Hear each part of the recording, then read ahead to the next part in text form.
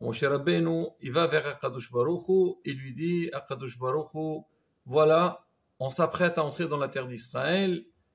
Le peuple me demande qu'on aille explorer cette terre avant d'entrer.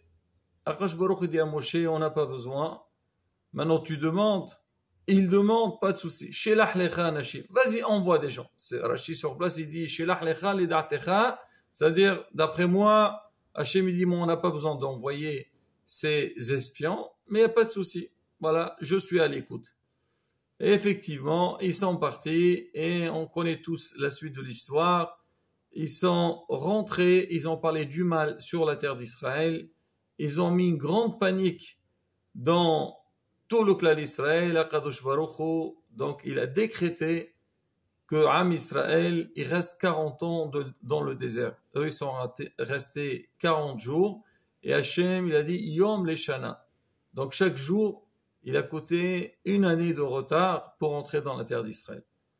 Mais on voit que malgré tout, Moshe Rabbeinu, quand il a nommé donc ces personnes, on dit que c'était des personnalités, ils étaient kulam kshirim quand ils sont partis, ils étaient tous, on va dire, bien, c'était des gens bien.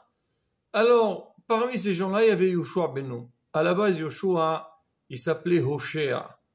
Moshe Rabbeinu, la Torah dit, Wayikra Moshe, le Hoshea ben Nun Yehoshua. Il lui a rajouté un Yud dans son nom. Alors, on donne beaucoup de raisons, mais parmi les explications qu'on donne, que Moshe Rabbeinu avait fait une bénédiction à Yoshua ben Nun, il lui a dit, Yah Yoshi'acha me'atzat amarglim. Akadosh Baruch Hu te sauvera donc du complot des Meraglim. C'est-à-dire que tu tomberas pas dans le piège de ces espions-là. Et là, Béhémet, beaucoup posent beaucoup de questions, mais on va citer au moins une question qui englobe deux questions. C'est que on sait que quand les Meraglim sont rentrés, alors tous ils sont morts. Ils ont été punis, à part Yoshua ben Nun et Caleb ben Yefune. Parce que eux, alors, ils n'ont pas parlé du mal sur la terre d'Israël. D'où là, on apprend aussi, Rabotai, combien on doit faire attention de ne pas parler du mal sur Eretz Israël. Même si devant on voit la vie difficile, bon, c'est pas évident. Mais jamais parler sur la terre d'Israël.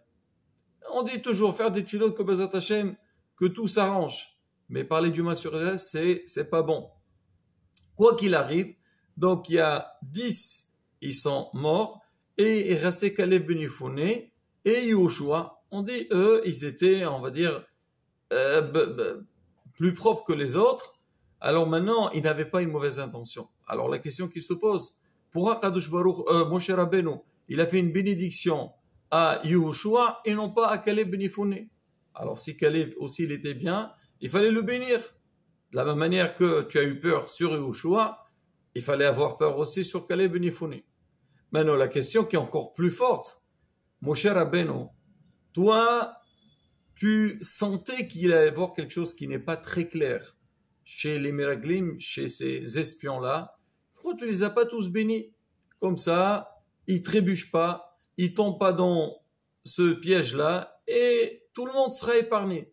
Pourquoi Moshe Rabbeinu, il a tenu à bénir seulement Yoshua ben Nun? On va commencer par Yoshua.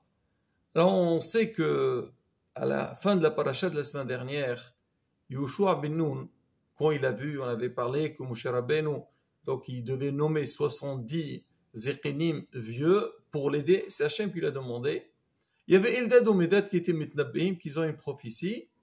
Alors qu'est-ce qu'ils ont dit? Ils ont dit Moshe Rabbeinu a sorti le peuple d'Israël d'Égypte et c'est Yoshua qui va les faire entrer dans la terre d'Israël. C'est-à-dire que Moshe Rabbeinu, il va mourir avant l'entrée de la terre d'Israël. Et Yoshua sur le champ, ça l'a beaucoup dérangé. Et regardez qu'est-ce qu'ils sont en train de dire. Il a dit à Moshe, Moshe a donné Moshe Kelaim. Tue-le, les. Bon, il y en a qui disent c'est quoi? C'est-à-dire, dans l'heure des grandes responsabilités, et comme ça, ils vont fondre, ils vont pas parler encore. Bon, quoi qu'il arrive, donc on voit que Yoshua, c'était quelqu'un de chaud, de grande ferveur.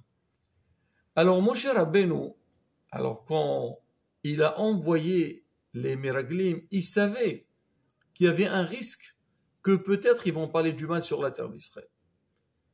pour commencer Yoshua, alors lui, qu'est-ce qu'il va faire? Comme lui, il a entendu la prophétie de Eldad ou Medad, qu'ils ont dit que c'est pas Moshe Rabbeinu qui va les faire entrer dans la terre d'Israël, comme quoi Moshe Rabbeinu va mourir avant. Et Moshe Rabbeinu a eu peur que peut-être Yoshua, il va lui-même comploter, ça veut dire il va boycotter donc cette entrée dans la terre d'Israël. Peut-être il va parler du mal. Pourquoi? Comme ça Moshe Rabbeinu reste encore en vie. Alors Moshe Rabbeinu a dit, ah, ça me fait peur ça. Alors Yoshua, Hashem Yosha'acham Ma'asat Meraglim. Hashem, il te sauvera donc de l'idée des Meraglim, du complot, pour Hasbe Shalom, ne pas parler du mal sur la terre d'Israël.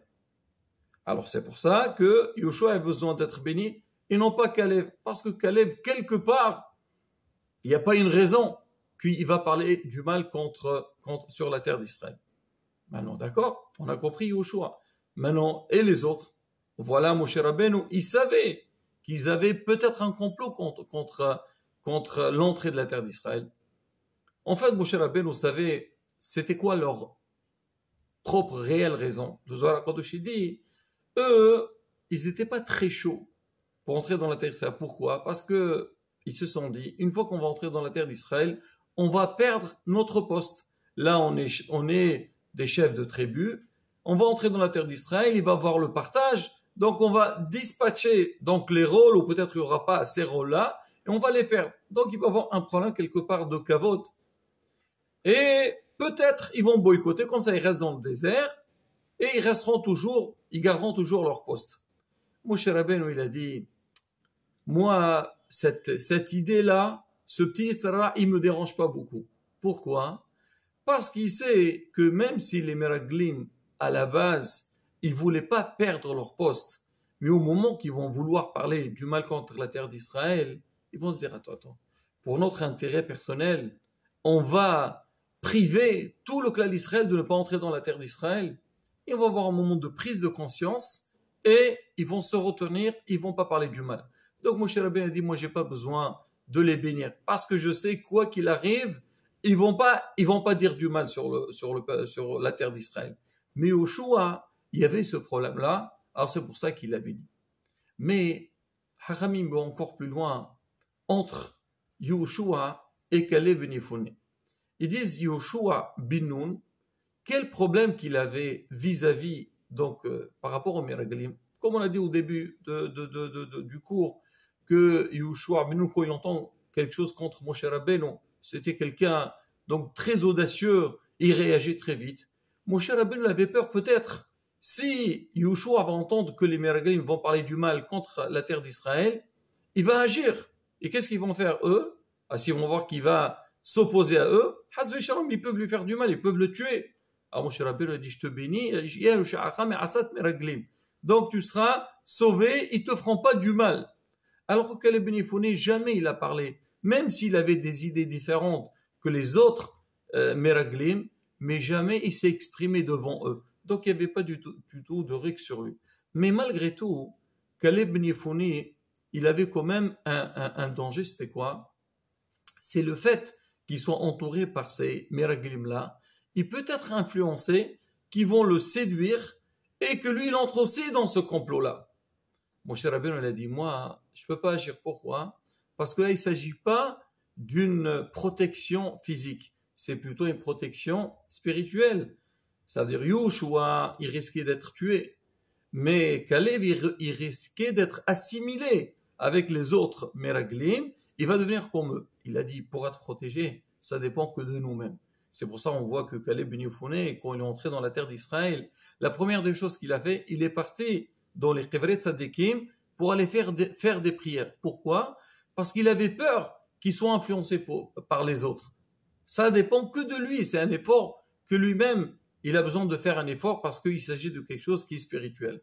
Et de là, on apprend quelque chose de très important dans la vie. C'est que, il faut savoir, dans la vie, l'homme, il peut être confronté à deux problèmes. Il y a le problème physique, Hasve Shalom, il peut être touché. Il y a aussi le côté spirituel. Alors on dit que tout ce qui est matériel, ça c'est pas entre nos mains, c'est entre les mains d'Akadosh Baruch Hu. Là il faut faire des demandes à Hachem, il faut avoir confiance en Akadosh Baruch Hu, c'est lui qui résout les problèmes, c'est lui qui nous donnera tout ce qu'on a besoin. Mais quand il s'agit de quelque chose de spirituel, ça, Hachem, il n'intervient pas. Hachem, il peut aider, mais ça dépend que de toi. Toi, tu dois faire un effort personnel. Comme on a vu Caleb ben Yefouni, il est parti lui-même faire des prières, comme ça il se renforce pour ne pas tomber dans le piège des Meraglim. Et là, Rabotai, ça, cette histoire, donc cet événement des Meraglim, alors il nous apporte un message très très fort dans la vie. Déjà pour commencer, on va voir par rapport à Yoshua. Qu'est-ce qu'il a pensé, Moshe Rabbeinu? Il a dit Yoshua, j'ai peur pour lui. Pourquoi il a peur pour lui? Il a dit, peut-être lui va vouloir boycotter l'entrée dans la terre d'Israël. Pourquoi? Parce qu'il pense qu'il va faire une mitzvah en empêchant le Ham Israël d'entrer dans la terre d'Israël, faire une mitzvah que Moshe Rabbeinu va rester en vie. D'accord? Quelque part, on avait appelé ça une mitzvah Leshem Shamayim, Avera Leshem Shamayim. On dit aussi dans la vie, l'homme, il doit faire très attention. Beaucoup de fois, Yitzhara, il vient chez nous, il essaie de nous pousser à faire des choses qu'on croit, ce qu'il nous demande, c'est une mitzvah qu'on va faire. Mais en vérité, lui, son but, c'est pas pour faire la mitzvah, c'est pour nous empêcher de faire une autre mitzvah. Alors lui, il connaît nos faiblesses. Et il sait c'est quoi les choses que nous, on a besoin de faire. Alors cela, il va tout essayer pour nous bloquer. Mais il va pas nous dire ne faites pas les mitzvahs. On va faire une autre mitzvah. Il sait que l'autre mitzvah qu'on va faire, on peut la faire facilement. Ou avec le temps, on va pas la faire. Mais la mitzvah, qu'on a vraiment besoin de la faire, celle-là, il va nous bloquer, il va pas nous laisser la faire. Alors c'est pour ça qu'il faut être intelligent, hacham, alors qu'on a ce genre d'idées, bien réfléchir. Qu'est-ce que, on va dire, notre esprit est en train de nous dire de faire? Est-ce que ce qu'on va faire, c'est vraiment ce qu'il nous faut ou pas? Et malheureusement, on le voit beaucoup aujourd'hui. Il y a des gens, tu leur parles, ils disent non, je veux pas parce que je vais faire autre chose. Non, non, non, c'est pas vrai. Tu es en train de fuir la vérité. Parce qu'il y a autre chose que vraiment tu as réellement besoin de faire et tu donnes des prétextes comme quoi il y a autre chose qui sont plus importants. Alors que c'est faux. Il faut être réaliste dans la vie. Réfléchir. Qu'est-ce que j'ai besoin? Qu'est-ce qu'il faut pour moi? Ah, c'est vrai qu'on a besoin de beaucoup d'autres choses. Mais il y a des priorités dans la vie. Et deuxième point, la bataille, c'est le Inyan. L'homme, il doit comprendre tout ce qui est matériel. Il faut Hachem, il nous donnera tout ce qu'on veut. On veut la parnassa, on veut la santé, on veut la réussite. Prie Hachem, Hachem, il te donnera. Mais la chose qui est liée avec Hirat Hachem, le crainte d'Akadosh Baruch Hu, tout ce qui est spirituel, ça dépend que de nous. On doit faire les efforts, que ce soit pour venir prier, étudier la Torah, aider les autres, faire des bonnes actions. Ça, raboter, ça ne dépend que de nous. On veut dire Hachem, c'est vrai, Hachem est Azor. Mais Hachem, il aide quand nous on veut. Qu'on aura cette bonne réflexion et mahashava pour pouvoir avancer dans le bon sens et dans le derech d'Akadosh Baruch Hu. Amen. Shabbat shalom. On verra.